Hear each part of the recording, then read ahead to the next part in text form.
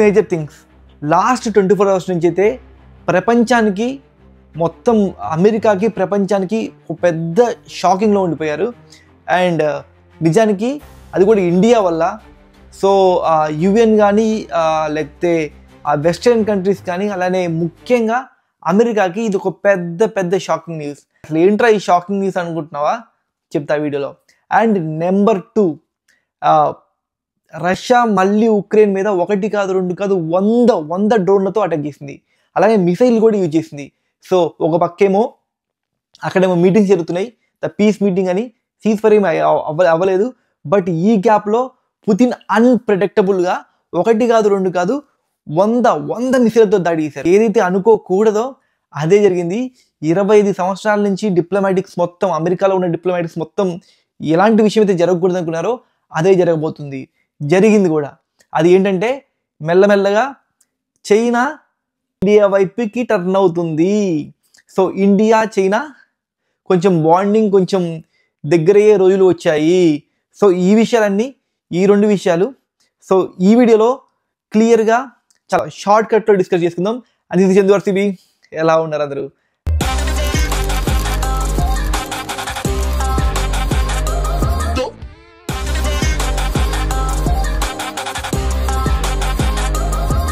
Social మీడియాలో అయితే ఒక ఫోటో సర్క్యులేట్ అవుతుంది.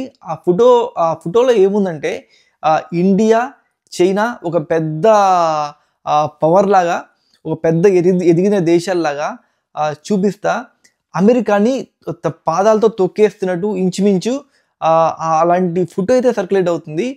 So 1.3 billion of people China నుంచి, అలానే 1.4 బిలియన్ ఆఫ్ పీపుల్ ఇండియా నుంచి కలిపితే మొత్తం ఒక 3 బిలియన్ పీపుల్ అమెరికాతో పాటు వెస్టర్న్ కల్చర్ని, ఆ వెస్టర్న్కున్న ఆ పొగర్నంతా అనుస్తూ ఉన్న ఒక ఫోటో అయితే వైరల్ అయ్యి బయటకు వచ్చింది. సో ఇదే ఫోటోని కామెంట్ చేస్తూ అమెరికాలో ఒక డిప్లొమాటిక్ 25 ఇయర్స్ నుంచి ఇండియా అలానే అమెరికా ప్రాస్పెక్టివ్ని, ఇండియా అమెరికా రిలేషన్షిప్స్ని దగ్గర నుంచి చూస్తున్న ఒక డిప్లొమాటిక్ ఏమన్నాడంటే, ఇది అమెరికా చేస్తున్న అతిపెద్ద తప్పు. ఎందుకంటే ఏదైతే మనము అనుకున్నామో, ఏదైతే అవ్వకూడదు అనుకున్నామో, ఇప్పుడు అమెరికా పెట్టిన 50% అంటే ఇంచుమించు 27th ఆగస్ట్ నుంచి ఇండియా మీద 50% టారిఫ్ వేశారు. అంటే మన గూడ్స్ మనము అమెరికాలో అమ్మాలంటే మనము అక్షరాల 50% ట్యాక్స్ కట్టి అక్కడ మన వస్తువులు అమ్మాలి. సో ఇలాంటి సిచ్యువేషన్లో ఇండియా చైనా చాలా దగ్గర అవుతున్నాయి. దగ్గర అవడమే కాదు, చైనా ఫారెన్ మినిస్టర్ మన జైశంకర్ గారిని కలిశారు. నెక్స్ట్ రోజు అంటే నిన్న మన నరేంద్ర మోడీ గారిని కలిసి SCO అంటే షాంఘై కోఆపరేషన్ సమితికి రమ్మని ఆహ్వానించారు డైరెక్ట్గా. అలాగే ఎప్పటి నుంచో ఇండియాకి చైనాకి ఒక 5 ఇయర్స్ నుంచి డైరెక్ట్ కనెక్టింగ్ ఫ్లైట్స్ అయితే లేవు. బట్ ఇప్పుడు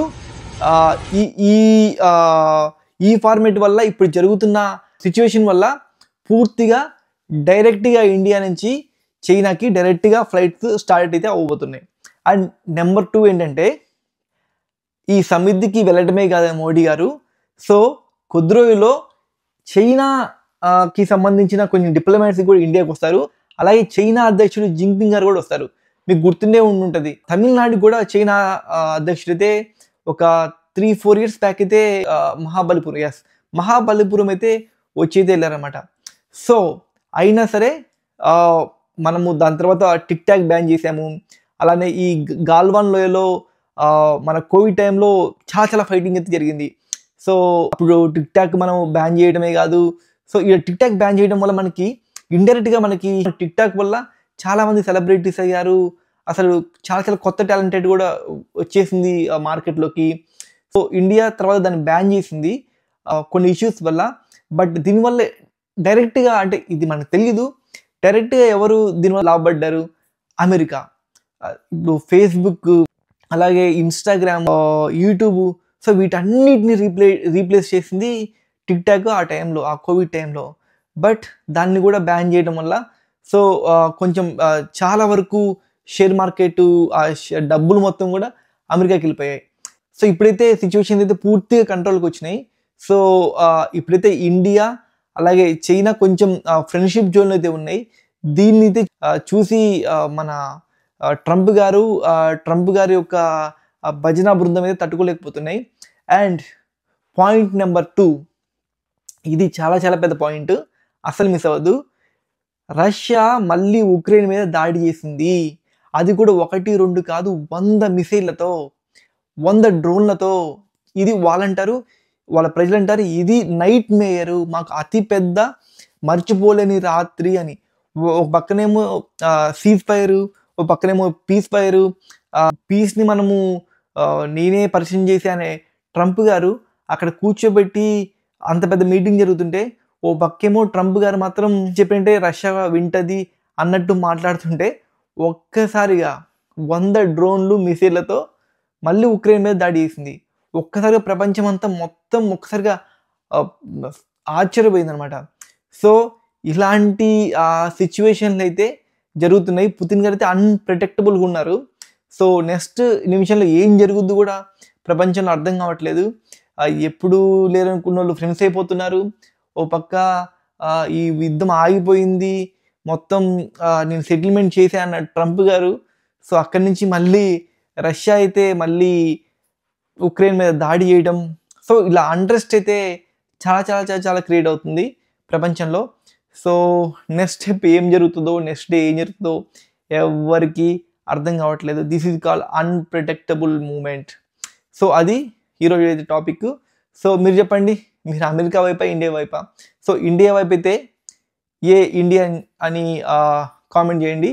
ఒకవేళ అమెరికా అయితే అమెరికా అని కామెంట్ చేయండి, బి అమెరికా అని. So anyway, this is the topic of the day. And this is Chandu వర్సిబి.